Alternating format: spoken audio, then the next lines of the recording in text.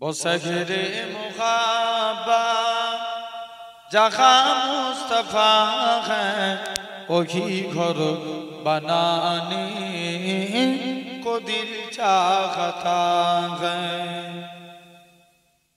वो सगरे मुहाबा जहाँ मुस्तफा है वही घर बनाने को दिल चाहता है। ओ सोने से कंकर ओ चांदी सी माटी नजर में बसाने को दिल चाहता है। जिहादे मुहाबत की आवाज गुंजे कहाँ जलाने ए दुल्हन से अपनी।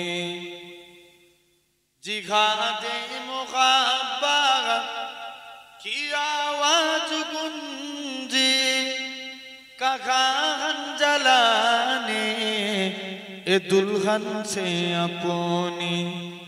इजाजत अगर दो तो जामे सगादत लबों से लगाने को दिल चाहता है। वो सगरे मुहाबत जहाँ मुस्तफा है वही घर बनाने को दिल चाहता है। अल्लाहुम्मा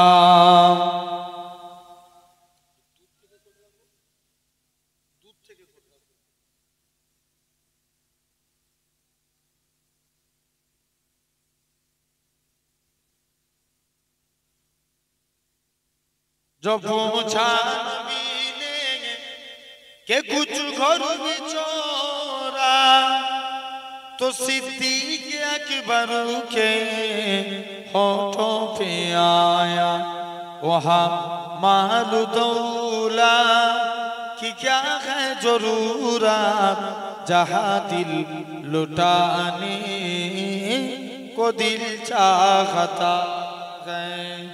वो सगरे मुहाबत जहाँ मुस्तफा है वही घर बनाने को दिल चाहता है। अल्लाहुम्मा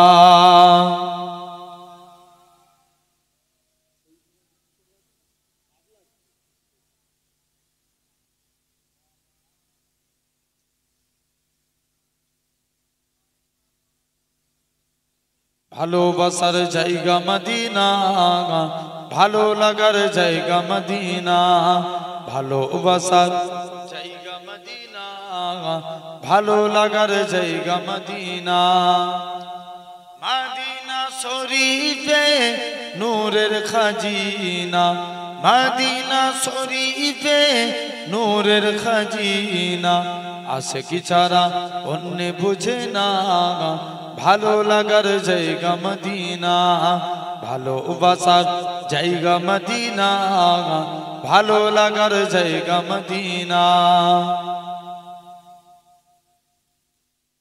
একদিন কবর যাব কেউ তো যাবে না একদিন কবর যাব কেউ তো যাবে না যাবে আমার সাগে মদিনা ভালো লাগার জায়গা মদিনা ভালোবাসার জায়গা মদিনা ভালো লাগার জায়গা মদিনা। আমাদের জীবনে অনেক বেশি গুনাহ তাই হাবিবের কদম ছাড়বো না ভালো লাগার জায়গা মদিনা। আল্লাহুম্মা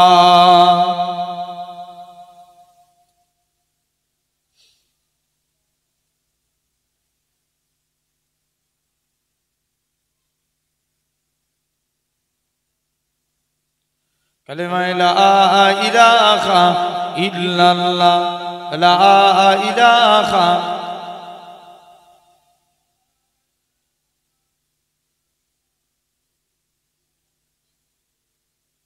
লা মাকসুদা ইল্লাল্লাহ লা মাওজুদা ইল্লাল্লাহ লা মাকসুদা ইল্লাল্লাহ লা মাওজুদা ইল্লাল্লাহ লা মাতলুবা ইল্লাল্লাহ লা মাহবুবা ইল্লাল্লাহ লা ইলাহা ইল্লাল্লাহ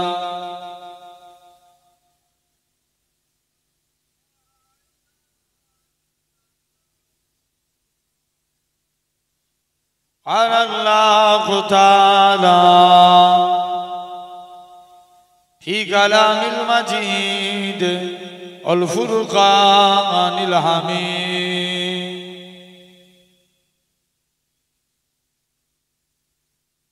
ওয়ালিল্লাযিনা কাফারু বিরাব্বিহিম আযাবু জাহান্নামা ওয়া বিসাল মাসীর وقال الله تعالى في كلام المجيد والفرقان الحميد ولمن خاف مقام ربه جنتان فبأي آلاء ربكما تكذبان وقال رسول الله صلى الله عليه وسلم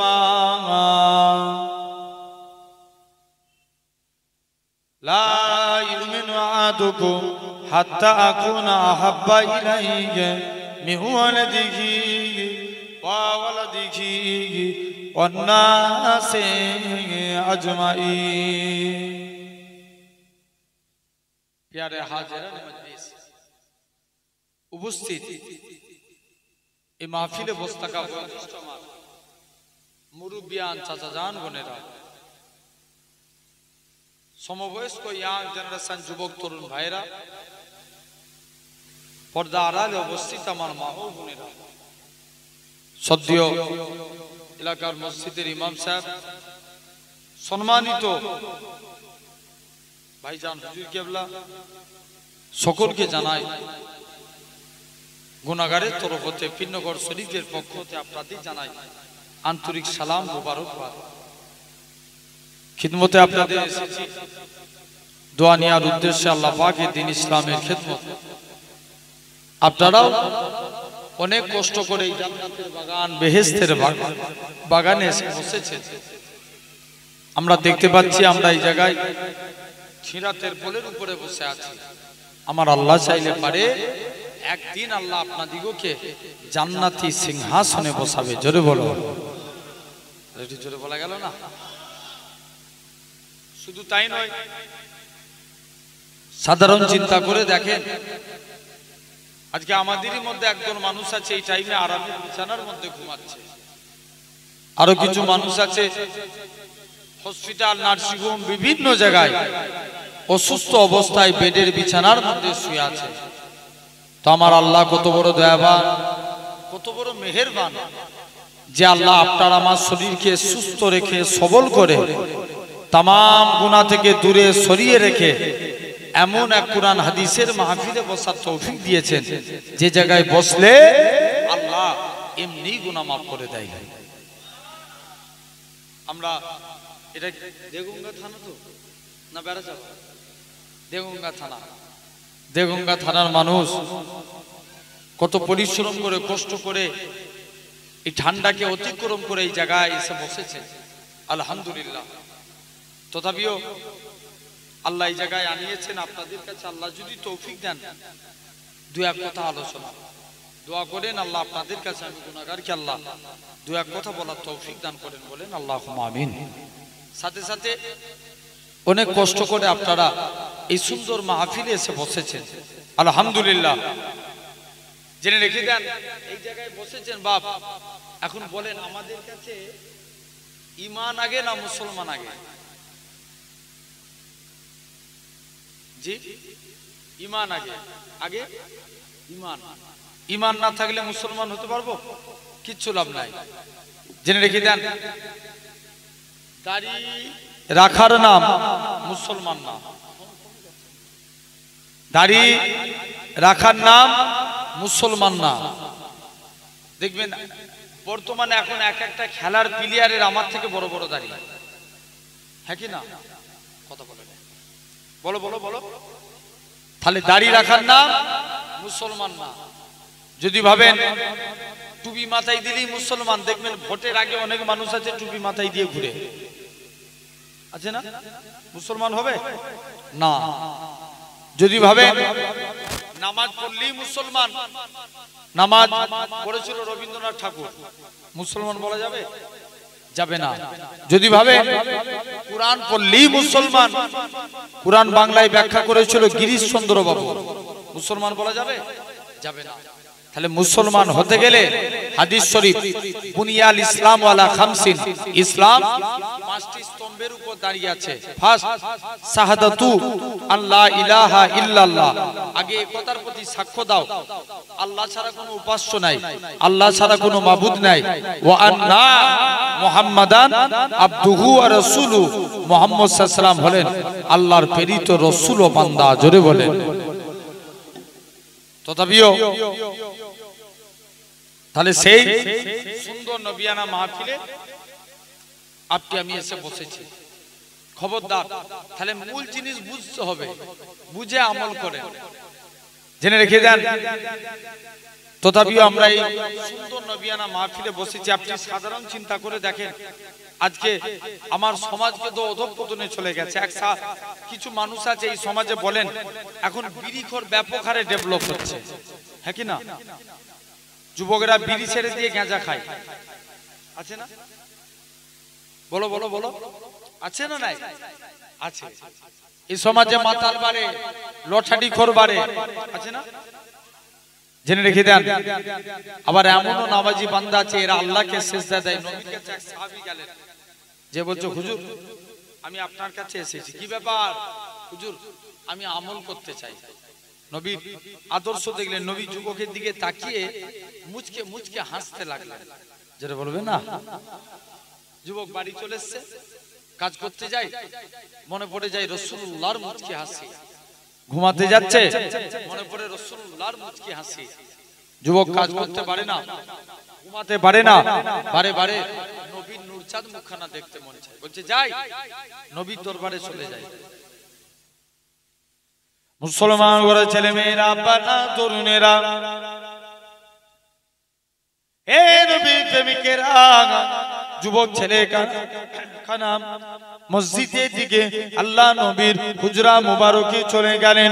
ইয়া রাসূলুল্লাহ, হাবিবাল্লাহ, হুজুর বেয়াদবি মাফ করেন, হুজুর আপনার কাছে এসেছি, হুজুর আমি কাজ করতে যাই, মনে পড়ে যায় আপনার মুচকি আসি, হুজুর আমি ঘুমাতে যাই, মনে পড়ে যায় আপনার মুচকি আসি, হুজুর আমি কাজ করতে পারি না, হুজুর আমি ঘুমাতে পারি না, বারে বারে আপনার নূরচাঁদ মুখখানা দেখতে মন চায়।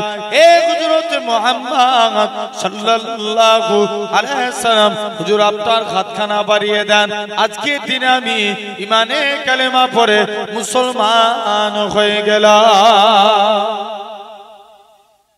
হুজুর মুসলমান হলাম, তবে আমার একটা শর্ত, আমি নামাজ পড়ব না। কি করবে না? বলো বলো বলো বলো। নামাজ পড়বে না। আর নবীর কাছে এসেছে, হুজুর আমি নামাজ পড়বনি বলেছিলাম না, তবে আজকের দিনে কথা দিচ্ছি হুজুর নামাজ পড়ব, কিন্তু আমি উজু করব না। ভাই উজু আগে না নামাজ আগে? উজু আগে। হাদিস পাক আল উজু মিফতাহুস সালাত, উজু নামাজের চাবিকাঠি, আর সালাত মিফতাহুল জান্নাত, নামাজ আল্লাহর জান্নাতের চাবি। জোরে বলবে না? উজু কিসের চাবি? এই একটু আগে বললাম উজু নামাজের চাবি, আর নামাজ জান্নাতের চাবি। যুবক যে বলছে হুজুর আমি নামাজ পড়বো কিন্তু উজু করবো না, নবী বলছে যা, তো যা মন চাই তুই করবি, যা। যুবক একদিন বিনা উজুতে মসজিদের দিকে চলে গেছে, মুসলমান ঘরের ছেলে মেয়েরা, বাবা তরুণেরা, হে নবী প্রেমিকেরা, যুবক ছেলেরা মসজিদের দিকে যায়, যে দেখে নাকি আল্লাহ নবী জামাতা হযরতে শেরে আলী রাদিয়াল্লাহু তাআলা আনহু হুজুর আমার মসজিদে দাঁড়িয়ে দাঁড়িয়ে উযু করে। উযু করার নিয়ম হচ্ছে দুই হাতের কনুই পর্যন্ত দৌত করা। হযরতে আলী বগলের নিচু থেকে হাত দৌত করে। পা ধোয়ার নিয়ম হচ্ছে দুই পায়ের গাঁট পর্যন্ত দৌত করা। হযরতে আলী হাঁটুর নিচু থেকে পা দৌত করে। যুবক ছেলে কানা বলে, হে রাসূলুল্লাহ জামাতা, হে হযরতে আলী, তুমি কেন এত বেশি বেশি করে উযু করো?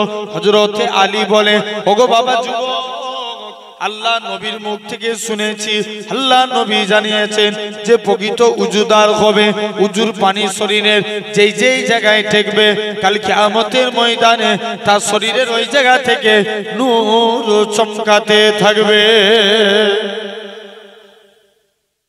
তাহলে ভাবেন, সেই সুন্দর মাহফিলে আপনি আমি এসে বসেছি। খবরদার মন দিয়ে শুনেন। তাহলে আমাদের মুসলমান হওয়া আগে না ইমান আগে? ইমান আগে।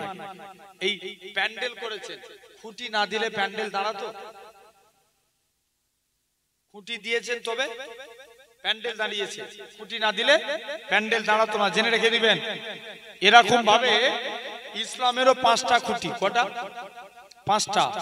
1 নাম্বার কলেমা, 2 নাম্বার নামাজ, রোজা, হজ, যাকাত। কটা হলো?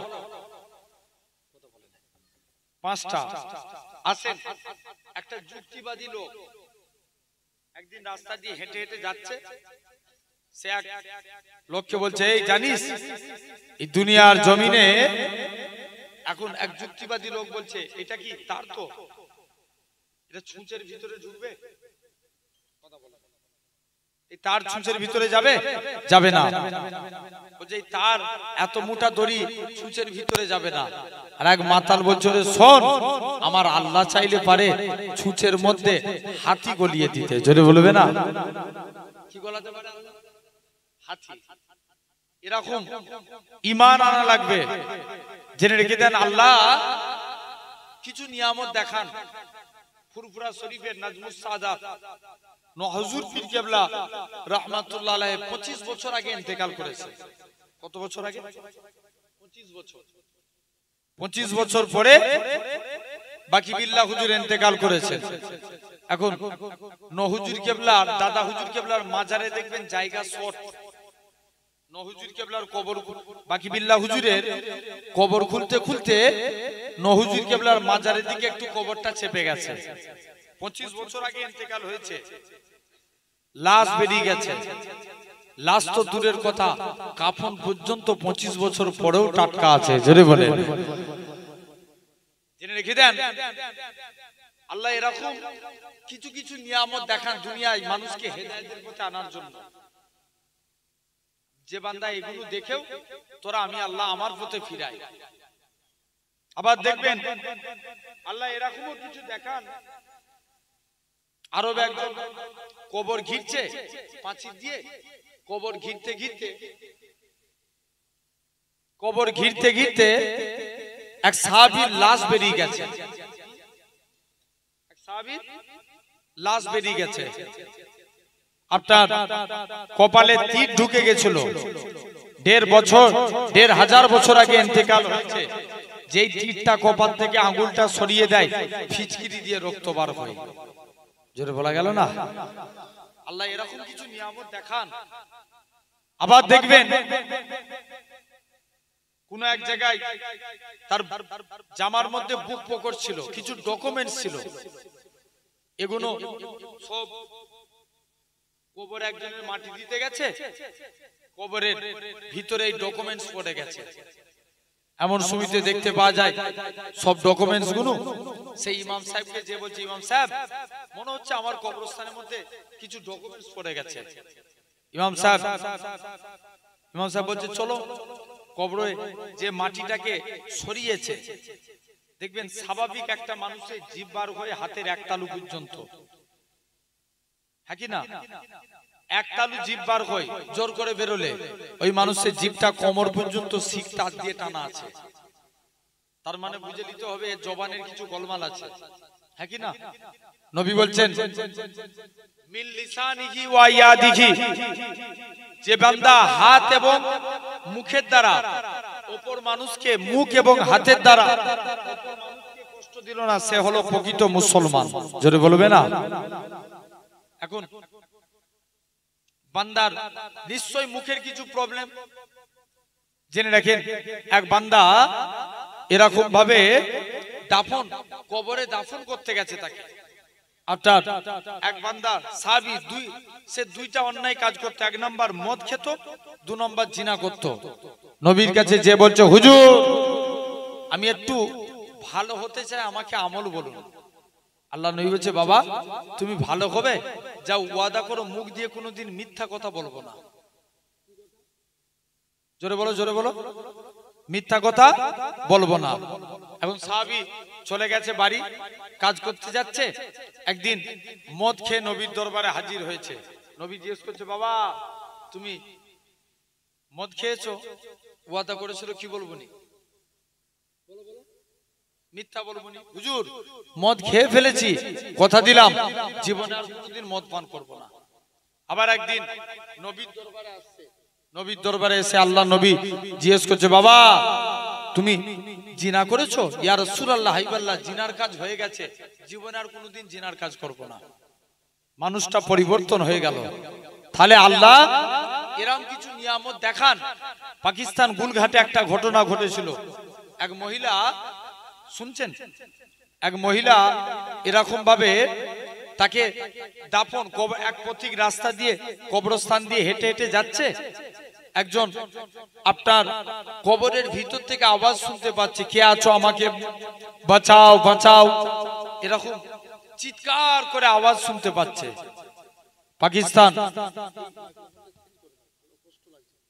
পাকিস্তান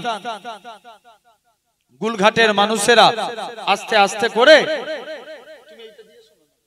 পাকিস্তান গুলঘাটের মানুষেরা যে ইমাম সাহেবের কাছে গেলেন, ইমাম সাহেব এরকম কবরস্থানের ভিতর থেকে একটা আওয়াজ শুনতে পাচ্ছি। ইমাম সাহেব বলছে চলো, কবরের ভিতর থেকে একটা আওয়াজ শুনতে পাচ্ছি। ইমাম সাহেব বলছে চলো।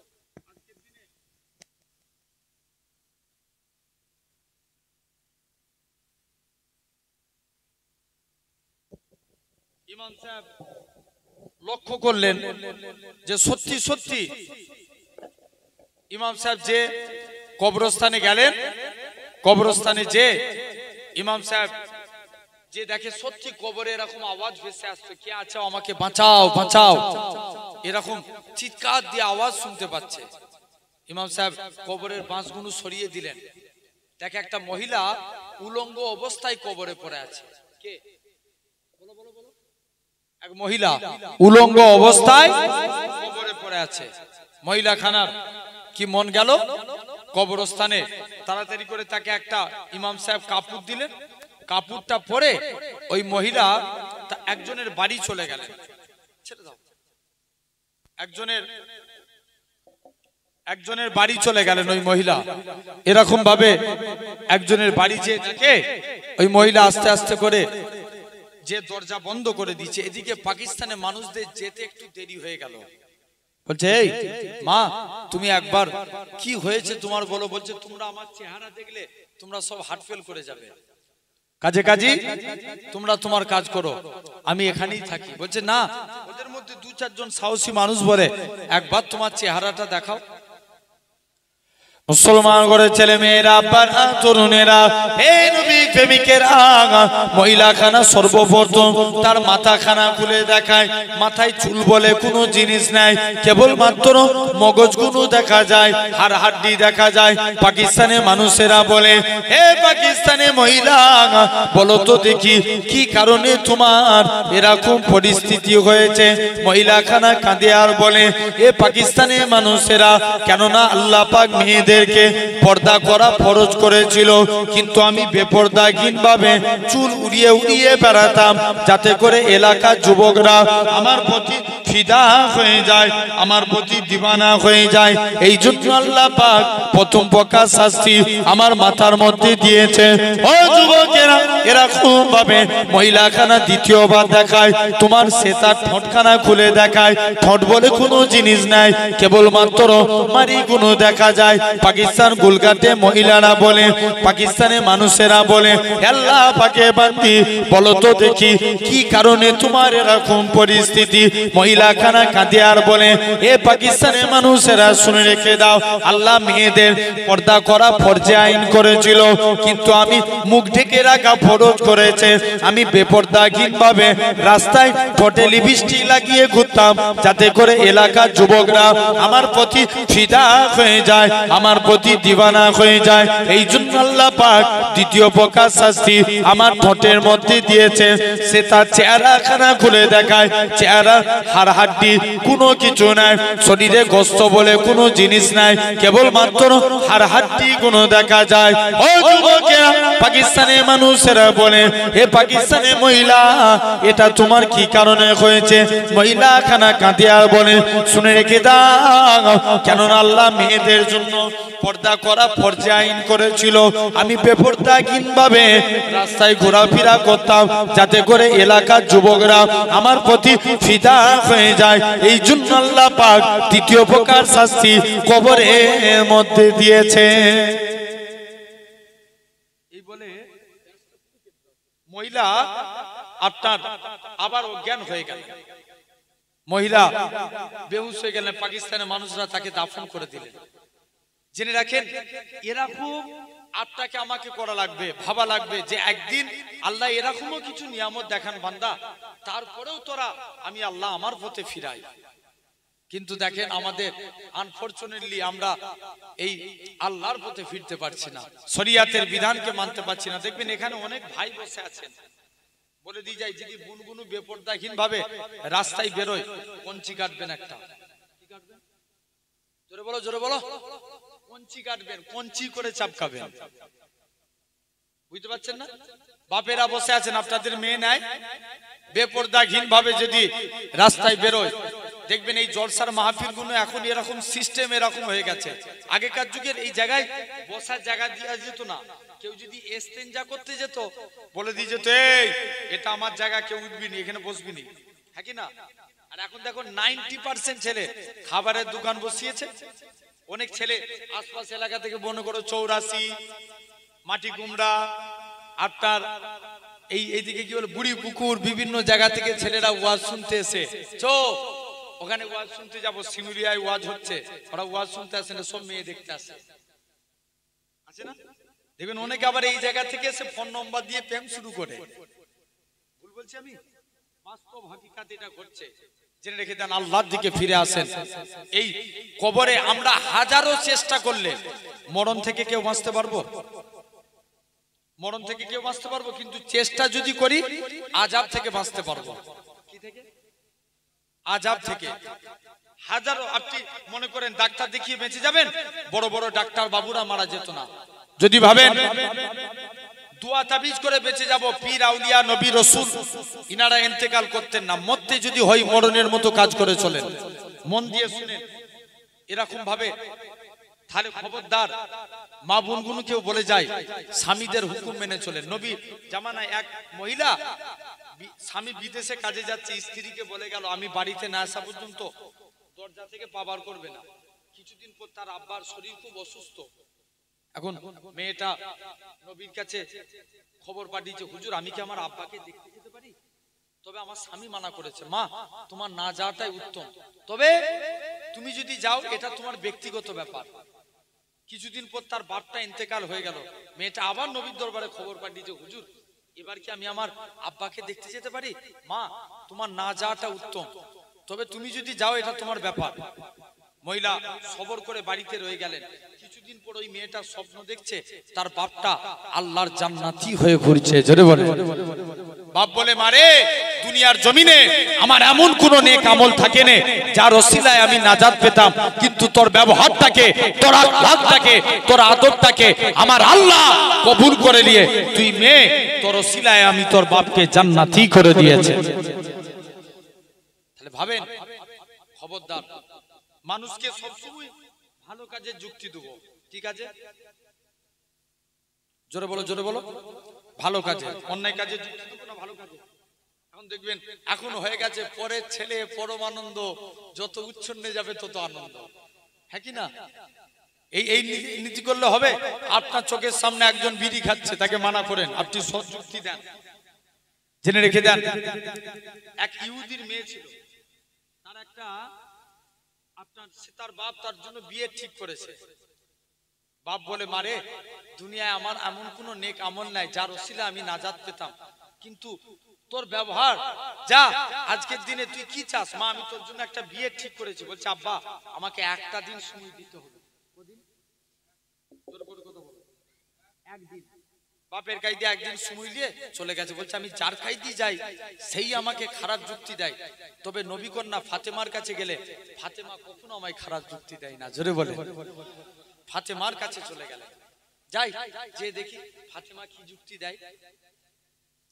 মুসলমান করে ছেলে মেয়েরা, বাবা তরুণেরা, হে নবী প্রেমিকেরা, ইহুদির মেয়েখানা আল্লাহ নবী বেটি ফাতেমা রাদিয়াল্লাহু তাআলা আনহার কাছে দৌড়ে দৌড়ে চলে গেলেন। ফাতেমা, ফাতেমা, তুমি আজকের দিনে আমি তোমার কাছে এসেছি, তুমি আমায় আজকে আমার আব্বা আমার জন্য বিয়ে ঠিক করেছে, আমি কি বিয়েতে রাজি? ফাতেমা বলে, বুনি খুদি, বাপ মা সন্তানের জন্য কখনো খারাপ চাই না, তুমি তোমার বাপ মায়ের কথা মতো বিবাহ করে নাও। ইহুদির মেয়েখানা বলে, ঠিক আছে ফাতেমা, আমি তোমার কথা মতো বিয়ে করতে রাজি, তবে ফাতেমা তোমাকে আমার বিয়েতে যা লাগবে। ফাতেমা বলে, না না না না, এটা মানা যাবে না। ফাতেমা বলে, কেন বলো? বলে, তোমরা হলে ইহুদি, আমরা হলাম মুসলমান, কেমন করে তোমাদের বিয়ে বাড়িতে যাব? তোমরা তো এমনি আমাদেরকে দেখতে পারো না। ইহুদির মেয়েখানা বলে, ফাতেমা তোমাকে আমার বিয়েতে যা লাগবে। আল্লাহ নবী বেটি ফাতেমা রাদিয়াল্লাহু তাআলা আনহা কি বলেছিলেন? উনি খুদি, কেঁদো না কেঁদো না, আমার আল্লাহ যদি রাজি থাকে আমি ফাতেমা তোমার বিয়েতে যেতে রাজি। যাও। ইহুদি তার মেয়ের কাছে চলে গেল। ইহুদির মেয়ে বাপের কাছে যে বলছে, আব্বা আমি একটা দিন সময় চেয়েছিলাম না, আমার সময় মিটে গেছে, জান যেই ছেলের সঙ্গে আপনি আমাকে সিলেক্টেড করেছেন আমি তাকেই বিয়ে করব। বাপ বিরাট খুশি, তাড়াতাড়ি করে দিন ঠিক হয়ে গেল, মেয়ের বিয়ে দিবে। চতুর্দিকে কুটুম আত্মীয় স্বজন সব দাওয়াত হয়ে গেল। মেয়ে বলে, আব্বা কদিন সময় চেয়েছিল? একদিন। বলছে, আব্বা তবে আমি আমার অনেক বন্ধু বান্ধবীকে দাওয়াত করেছি। আব্বা আমি এক মুসলিম কন্যা অর্থাৎ নবী কন্যা ফাতেমাকে দাওয়াত করেছি। বাপ বলছে, মাথা খারাপ, তুই ফাতেমাকে দাওয়াত করেছিস? ও ছিঁড়া ফাটা তালি দিয়া জামা পরে, আর তুমি সেই ফাতেমাকে দাওয়াত করেছো? না, ই মানা যাবে না, চলে যাও। এখন বাপ চালাকি করছে, মানুষ এখন চালাক না, চালাক না। এক মুরব্বী মসজিদে বসে বসে শুধু আল্লাহ আল্লাহ জিকির করছে। হুজুর বলছে, আগো চাচা তুমি যে জিকির করো তোমার সংসার চলে কি করে? চাচা বলছে, বাবা বুঝবি নি, আমার বাপের যত জমি জায়গা ছিল সব বিক্রি করে দিয়েছি, ব্যাংকে মোটা অঙ্কের টাকা ডিপোজিট করে রেখেছি, সুদ তুলি খায় আর আল্লাহ আল্লাহ করি, সুদ খায় আর আল্লাহ আল্লাহ করে। হুজুর বলছে, চাচা সুদ খাওয়া গুনাহ তুমি জানোনি? বলছে, জানি তো, ওই জন্য ব্যাংকের বই আমার নামে করে রাখিনি, আমার স্ত্রীর নামে করে রেখেছি। কত চালাক না? জেনে রেখে দেন সোনার ভাইরা, আব্বারা, তরুণেরা, খবরদার, তাহলে এরকম আপনাকে আমাকে ভাবা লাগবে। এরকম ভাবে ফাতেমার মেয়ে আস্তে আস্তে করে ইহুদির মেয়ে বলছে, আব্বা ফাতেমা আমার বিয়েতে এলে বিয়ে হবে, নচেত বিয়ে হবে না। ভাই কাউকে ছোট করতে আছে? কথা বলে না। জেনে রাখবেন 2 টাকার কলমে 5 কোটি টাকার চেক লেখা যায়। ক টাকার কলমে? 2 টাকার কলমে। ফাতেমা ইহুদির মেয়ে বলছে, আব্বা, বলছে ঠিক আছে ফাতেমা বিয়ে বাড়িতে আসতে পারে, ফাতেমাকে নতুন কাপড় পরে আসা লাগবে। কি কাপড়? নতুন কাপড়। ফাতেমা নতুন কাপড় পরিধান করে বলছে যাই, কিন্তু ফাতেমা নতুন কাপড় কিনতে পারবে? তো গরিব মানুষ, কোথায় পাবে? ফাতেমা কিনতে পারবে না, চলে গেছে। বলছে চলো। ইহুদির মেয়ে মনে মনে করছে, যদি ফাতেমা না কিনতে পারে, দরকার হয় ফাতেমাকে আমি একটা কাপড় দান করব। ইহুদির মেয়ে আবার ফাতেমার কাছে চলে গেলেন। মুসলমান করে ছেলে মেয়েরা বানা তরুণেরা হে নবী প্রেমিকেরা ইহুদির মেয়েখানা আল্লাহ নবী বেটি ফাতেমা রাদিয়াল্লাহু তাআলা আনহার কাছে আবারও চলে গেলেন। ফাতেমা তোমাকে আমার বিয়েতে যা লাগবে। ফাতেমা বলে আমি তো যাব বলেছি, তবে ফাতেমা তোমাকে আমার বিয়েতে নতুন কাপড় পরে যা লাগবে। ফাতেমা বলে না না না না, আমার কাছে তো নতুন কাপড় নাই, আমি কেমন করে যাব। ইহুদির মেয়েখানা বলে ফাতেমা দরকার হয় আমি তোমায় একটা কাপড় দান করে দেব। ইহুদির মেয়েখানা বলে ফাতেমা তুমি আমায় কি কথা শোনালে, আমার আব্বা জান যদি দুনিয়ার সম্পত্তি চাইতো, আমি ফাতেমা আমার আব্বা জানকে আমার আল্লাহ পাক তাম পৃথিবীর সম্পত্তি আমার আব্বা জানের কদমে রেখে দিতেন। ও যুবকেরা, আল্লাহ নবী বেটি ফাতেমা বলে না, এটা মানা যাবে না। ইহুদির মেয়েকে বলে, ইহুদির মেয়ে বলে ফাতেমা তোমাকে আমার বিয়েতে যা লাগবে। ফাতেমা বলে ঠিক আছে চলে যাও। ফাতেমা বলে আমি তোমার বিয়েতে নতুন কাপড় পরেই যাব। ফাতেমা কি করলেন, নামাজ পড়ে আল্লাহর কাছে দোয়া চায়, আল্লাহ পাক তুমি ইহুদিদের কাছে মুসলমানকে ছোট করো না, আল্লাহ আজকের দিনে তুমি আমার একটা কাপড়ের বন্দোবস্ত করিয়ে দাও। ও যুবকেরা, ফাতেমা দোয়া চাইতে দেরি, কাপড় আসতে দেরি হলো না। ফাতেমা কাপড়খানা পরিধান করে দৌড়ে দৌড়ে দৌড়ে আল্লাহ নবীর হুজরা মুবারকে চলে গেলেন। ইয়া রাসূলুল্লাহ হাবিবাল্লাহ, ইয়া রাসূলুল্লাহ হাবিবাল্লাহ, আজকের দিনে কেননা আপনার কাছে এসেছি, আমি নামাজ পড়ে দেখি ফাতেমা আজকের দিনে কাপড়খানা দেখতে পেয়েছি। আল্লাহ নবীর কাছে জিবরাইল আমিন চলে আসে। ইয়া রাসূলুল্লাহ হাবিবাল্লাহ, ফাতেমার ব্যবহারে আল্লাহ খুশি হয়ে গিয়ে জান্নাতুল ফেরদাউস থেকে ফাতেমার জন্য শাড়ি খানা আল্লাহ পাঠিয়েছে।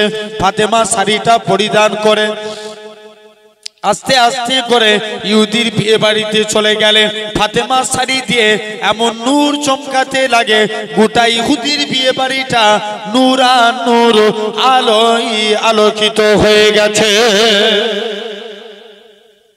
গোটা ইহুদির বিয়ে বাড়িটা আলোয় আলোকিত হয়ে গেছে। ফাতেমা আস্তে আস্তে করে দেখতে পাওয়া যায়, এদিকে ইহুদি ফাতেমা শাড়ি দেখে সবাই তো পছন্দ করছে। ফাতেমা তুমি এই শাড়ি পেলে কোথায়? ফাতেমা বলছে হাজারো চেষ্টা করলে এই শাড়ি পাবি, কোথায় গেলে এই শাড়ি পাবো? ফাতেমা বলছে তোমরা কলেমা পড়ো, একসঙ্গে কলেমা পড়ে মুসলমান হও, যদি মুসলমান হতে পারো আমি ফাতেমা আমার থেকে দামি দামি শাড়ি পাবে। একসঙ্গে 400 ইহুদির মেয়ে ফাতেমার হাতে হাত দিয়ে কালেমা পড়ে মুসলমান হয়ে গেল।